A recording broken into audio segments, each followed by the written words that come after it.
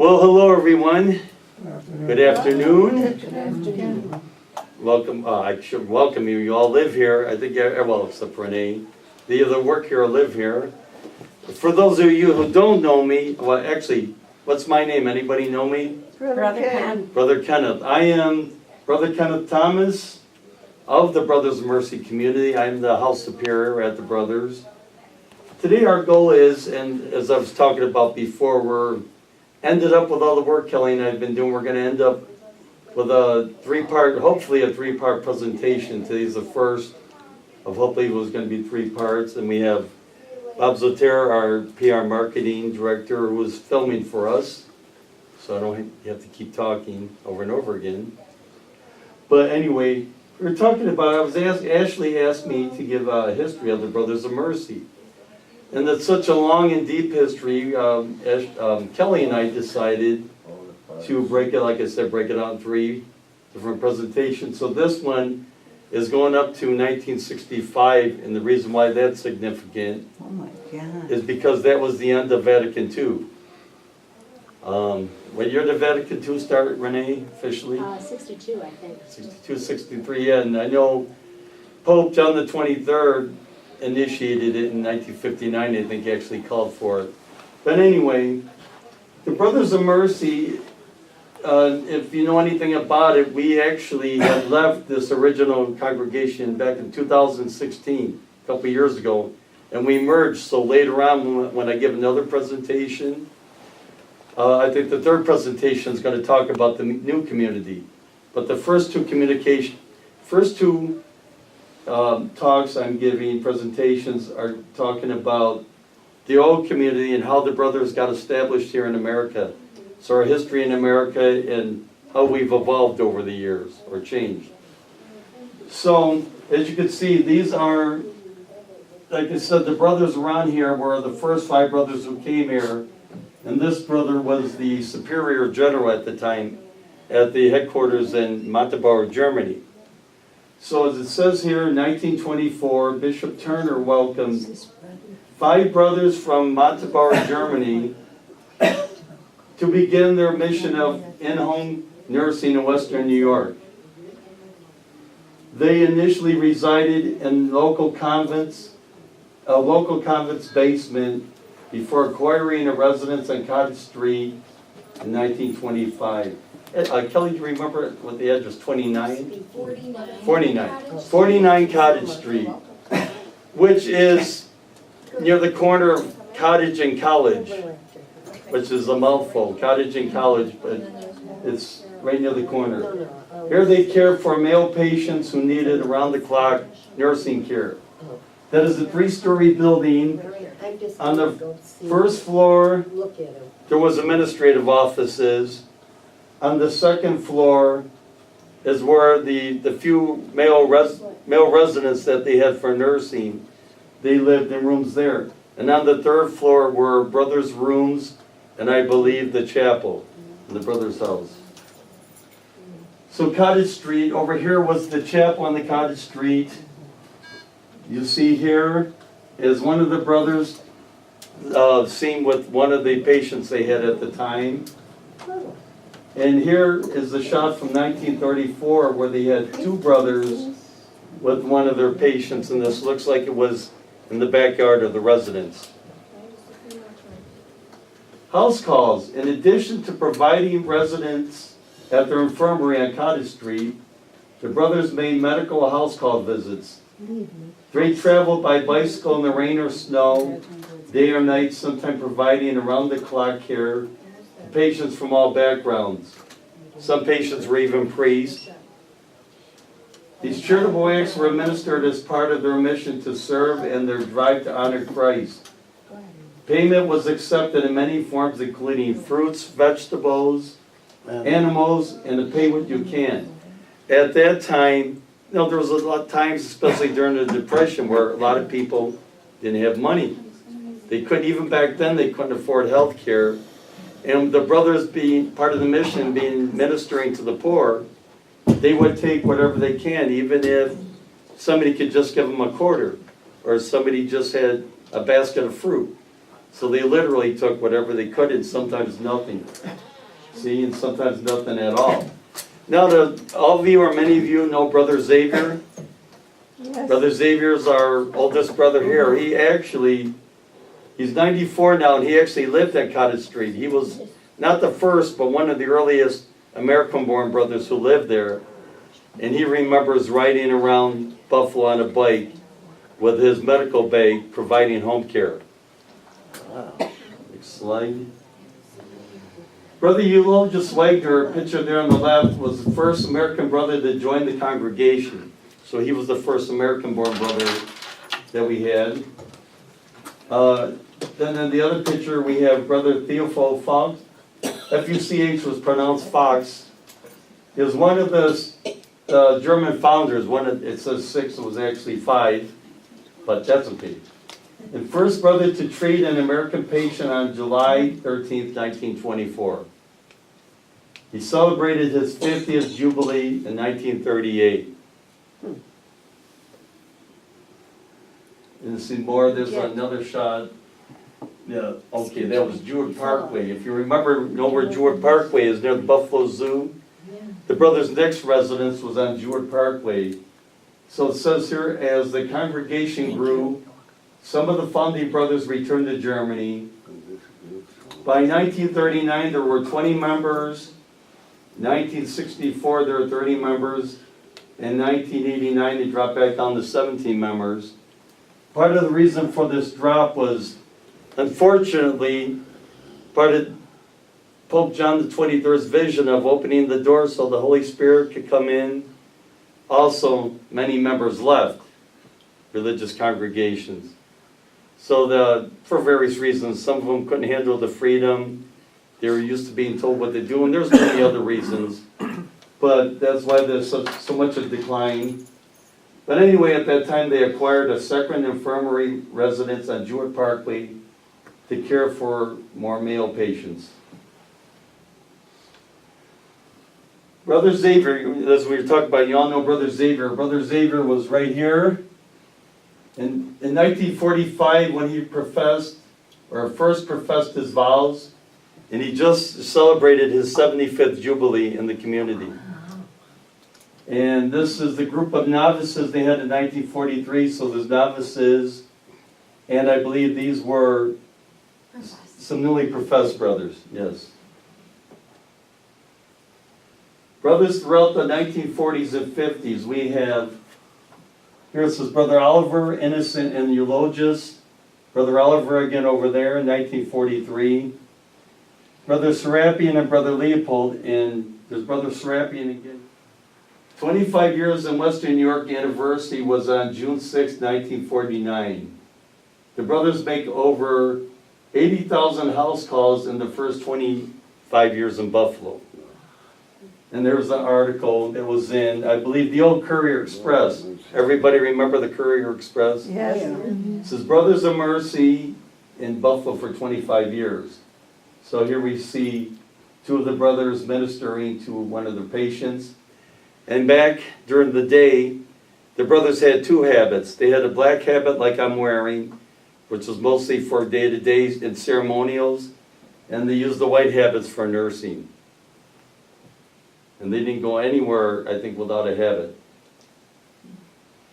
1950, local Elks organization donates TV to Brothers of Mercy's Cottage Street Infirmary, where one of their members is a patient. And you see the old, and everybody probably remembers some of the first TVs, the old TVs that came out. So these are a couple of the brothers. There was Brother Servatius, he was the first Provincial, and he's going to come up in a couple slides. But we also had one of the members from the Elks was the patient with representatives from the Elks. So that was a nice donation. St. Vincent's Nursing Home in Oklahoma. At one time after the brothers came here, they spread out, not all over the country, but they were asked to found a facility in Oklahoma City. So at the time they had a 40-bed nursing home in Oklahoma City, founded by Brother Servatius and 3 other brothers from Buffalo. That was in 1951, and it closed in the 1960s. Many of the brothers from Buffalo, including some of the brothers who live here now, spent time on assignment at this home. If you talk to Brother Hugh, and I think Brother Terrence, they believe they both spent time. Also, Brother Jude, if everybody remembers our past superior, Brother Jude, he had spent some time in Oklahoma. That was part of the original nursing home there. Clarence, New York purchase. 1950, brothers purchased 127 acres of farmland, which will become today's Clarence Campus of Care. They broke ground in 1951 on the first wing of Sacred Heart Home. This wing over here, who lives in the north wing? North. That was the first wing, and this building was the original nursing home before the nursing rehab center was built. So before it was an adult home like it is now, it was the original, it was the first facility built on campus, and it was the original nursing home, and it was just that north wing at first. They broke ground in 1951, as I said, when they housed 36 male patients. Right here, there's a picture of the north wing.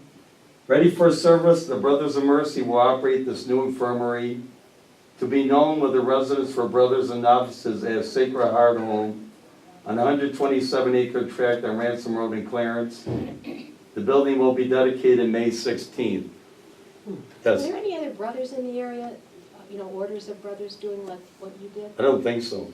I think that's why, going back, and I actually skipped this part a little bit, because we weren't talking much about the history in Germany, but the brothers started in 1856 in Germany. After they got started and organized in Germany, they branched out to the Netherlands in the late 1800s and early 1900s. Then they were asked by the local German community and some of the clergy in the area to come to America because there was no Catholic healthcare. There were no Catholic religious in the area performing, or at least there was no Catholic brothers. There might have been Catholic sisters and nuns, but there weren't any Catholic brothers at the time, so they asked the German brothers from Montabaur to come over to care for many of the sick German immigrants, especially the men. Because at the time, remember before Vatican II, male religious could only take care of men and female religious could take care of women, so it was all segregated back then. And for a long time, we didn't even have any female employees. 150 East Clarence, 127 acres of farmland that came with cornfields and sheep. And some of the brothers still remember the sheep being here. Brothers would rent out land to local farmers and use the sheep for wool and meat. Now I have a friend who lives here in Clarence in the Knights of Columbus who grew up here. And I think he's in his early 70s, and he remembers one time when he was about 10 years old coming out here, and one of the brothers giving him a little lamb to take home and raise for a year. Then they told him to bring it back, and he says he can remember giving the sheep back to the brother and say, "Please, Mr. Brother, don't kill my sheep and cook it." But he says they probably cooked it right after he left. So let's see, right over here, there's a picture of the brothers' cow donated to campus. So at the time, people even donated cows. There's one of the brothers looking, Brother Cyrillus, he was looking after the sheep here. And we have a brother on our riding lawnmower. So brothers did a lot of work of everything back then. See, there's the picture, and that one's actually from the 1872, but that's what the campus looked like. This is Ransom Road, and this is the white building over here. That's our headquarters building. Wow. So that's the original farmhouse. Part of that story, which could be a topic of a whole nother talk, which probably could be provided by the Clarence Historical Society, but this land was first purchased by a gentleman named Gleason Fillmore. Gleason Fillmore was actually the first cousin of President Fillmore. And I think Gleason was a bit older, but he lived in central New York State at the time. And when he was 19 years old, he walked across state in the spring, early 1800s. I can't remember the date right offhand. But he walked across the state, came up to Clarence Hollow here, and bought this land from the Holland Land Company.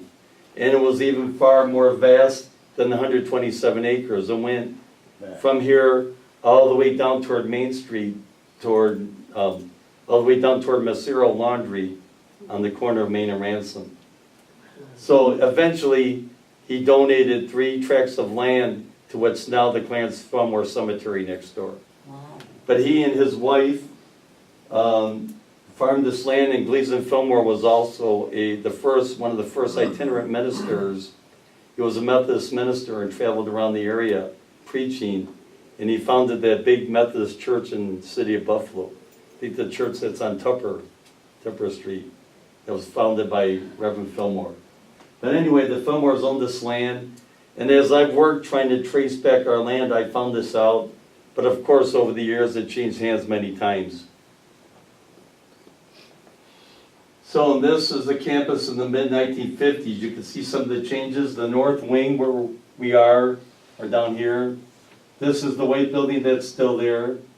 At the time, this was St. Andrew's Hall, where many of the novices and the men in formation lived.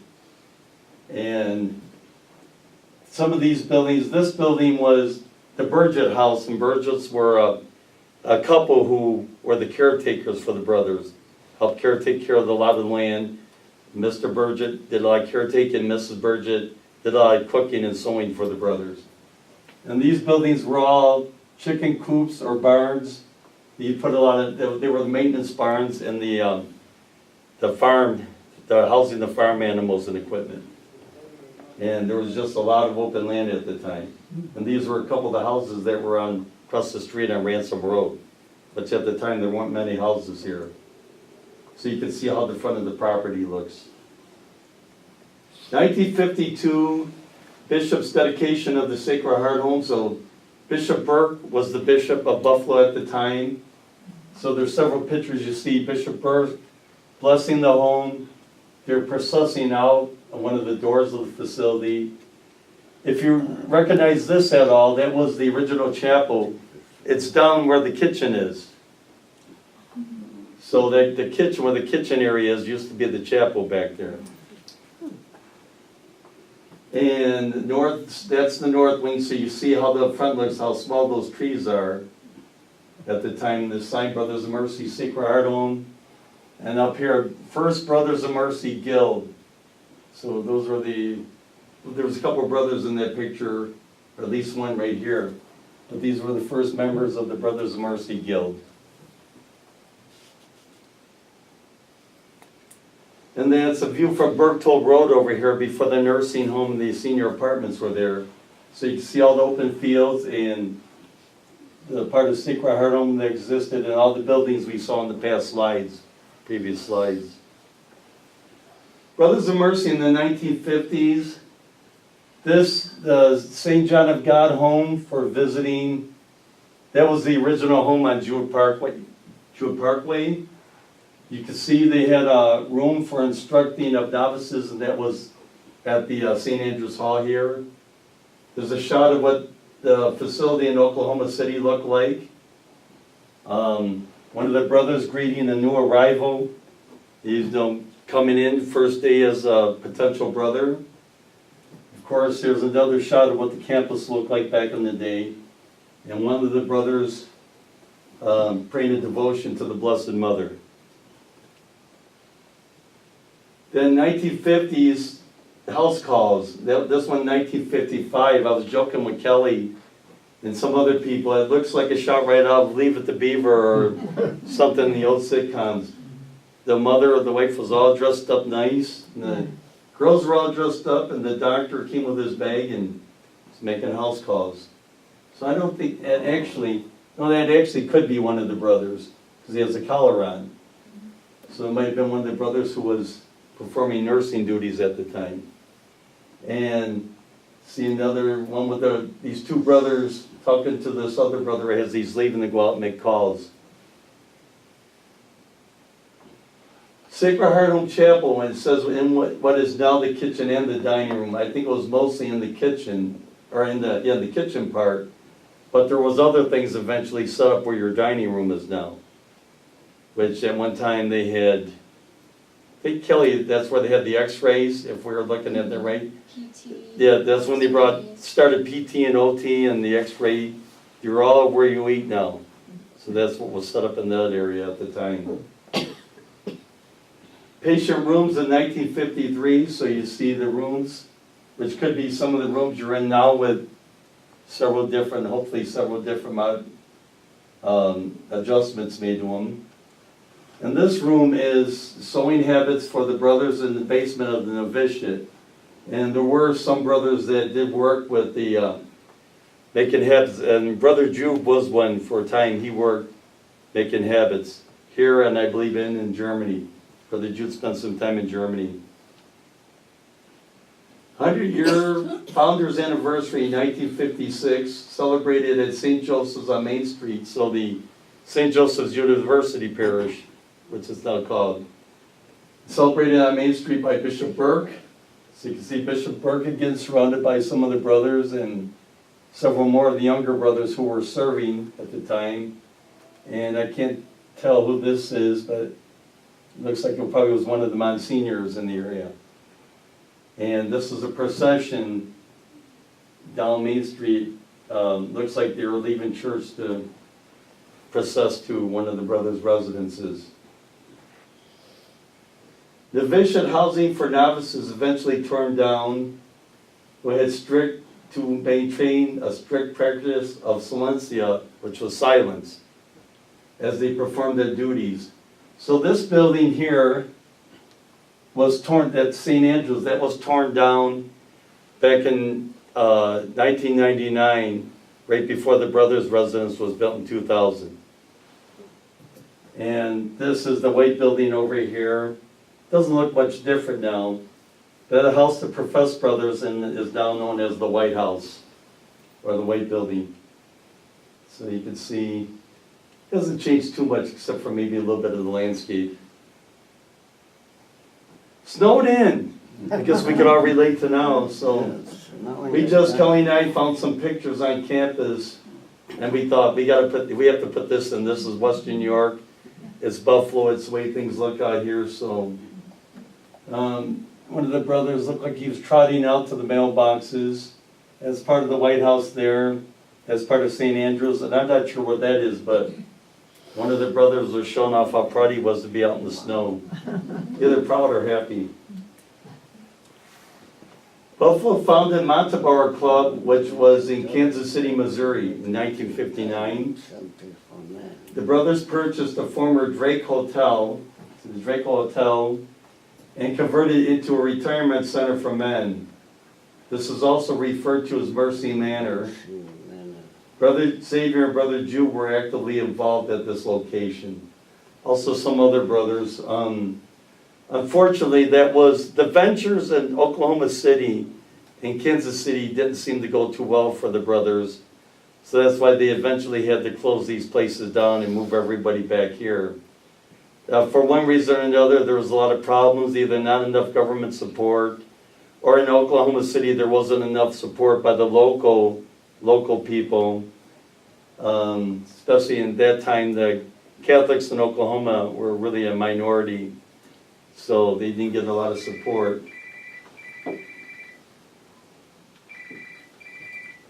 Brother Cervantes, that's Brother Cervantes. He was one of the German brothers, but he was instrumental in the Brothers of Mercy American expansion.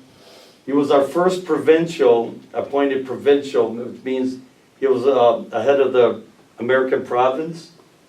He was became a dual citizen of Germany and America. Eventually, he wanted to stay here, but eventually, I guess he had some German family that was having a lot of health issues, so he went back to Germany to live to be close to his family. But he founded St. Vincent's in Oklahoma and organized the Clarence campus. So Brother Cervantes was very instrumental with obtaining this property. And as I have, over the past several months, dug deep into the history of the brothers spent several years and much time investigating many different properties before they came on this location. There was one time, all that land on Transit Road from Main Street all the way to Worley, where the plaza is and the theater and all that, One time the brothers wanted to buy that. They had a chance of buying all that land. That fell through. They had land in Lancaster they were going to buy, land in Arcade, land in Attica, land in Elma, all these places around Western New York, and it never seemed to work out. So I think God meant us to be here. South Wing addition rendering. So all this down here now, 1961, this at the time. So this is the north wing. And so this was all the addition. That was just the rendering at the time. The Buffalo Evening News, April 30th, 1961. And it actually turned out about the way, pretty much the way it looked on that slide. Sacred Heart Home South Wing and Chapel added in 1963. The building cost was $1.3 million for the addition, and that was, I mean, a lot of money now, but that was a lot of money in the 50s. And the facility grows from 36 beds to 92 beds. So you see different shots of the front of the Sacred Heart Home with the additions. And this, you recognize this is our current chapel, right over here. So these were the brothers. They all knelt at these small pews here and prayed the office. And you can see all the brothers that were here at the time. Brothers of Mercy in the 1960s. Here we have, who's familiar with Brother Hugh? Brother Hugh used to do some work here. And Brother Hugh was a nurse, and he was walking one of the patients. You know Brother Terrence? You saw some Brother Terrence. This Brother Terrence working with one of the patients in the bed there. This is Brother Jude, and he was working with a patient on the first x-ray machine. Don't tell anybody, but I think these patients were fake. I think they used other brothers as their models. Oh, did I say that on camera? Brothers of Mercy in the 1960s. You can also see brothers working at dietarian, and I believe this was the first male in the area, the first brother to become a registered dietitian. So they had a dietitian, they have one brother working with the plow there. So that brother, I believe, like our maintenance guys do now, he plowed in the winter and cut grass in the summer. See another brother in the kitchen there, and a brother attending to a patient bedside, and looks like feeding.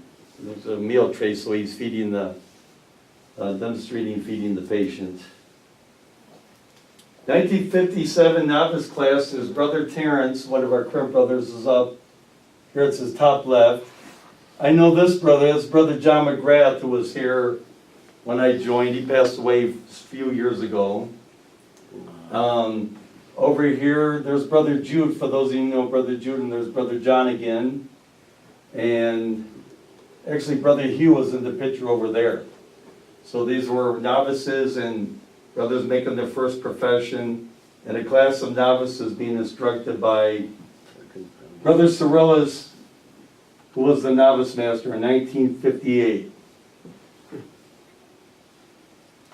There was a newsletter we found in 1965, volume 3, number 4, a vocation workshop. So this is where they conduct picture taken during vocation workshop. They quote, they came, they saw, they went away content with what they had seen and deeply enthused with the life and work of the Brothers of Mercy. So there's some lay people, and it looked like they've got learned a lot of good information, ready to work on increasing vocations. I recently attended a vocation conference, and it was very educational and rewarding. That's the end of the slideshow. Any questions? Oh, no. Yes, ma'am. Brothers don't say mass. No. Difference between the brothers and the priest is priests are ordained. We take vows, but we're not ordained. So you see, sometimes you'll see me up there assisting at Mass. So we can't celebrate Mass. We can't hear confession. We can distribute communion. But we're basically like other lay people, except that we live in a community and take vows. And the way I look at it, I know people have different views of priest and everybody else. And they used to think the priests were up here, then everybody else is down here. But to me, it's priests, religious, and lay people. We're on the same line, we just have a different calling.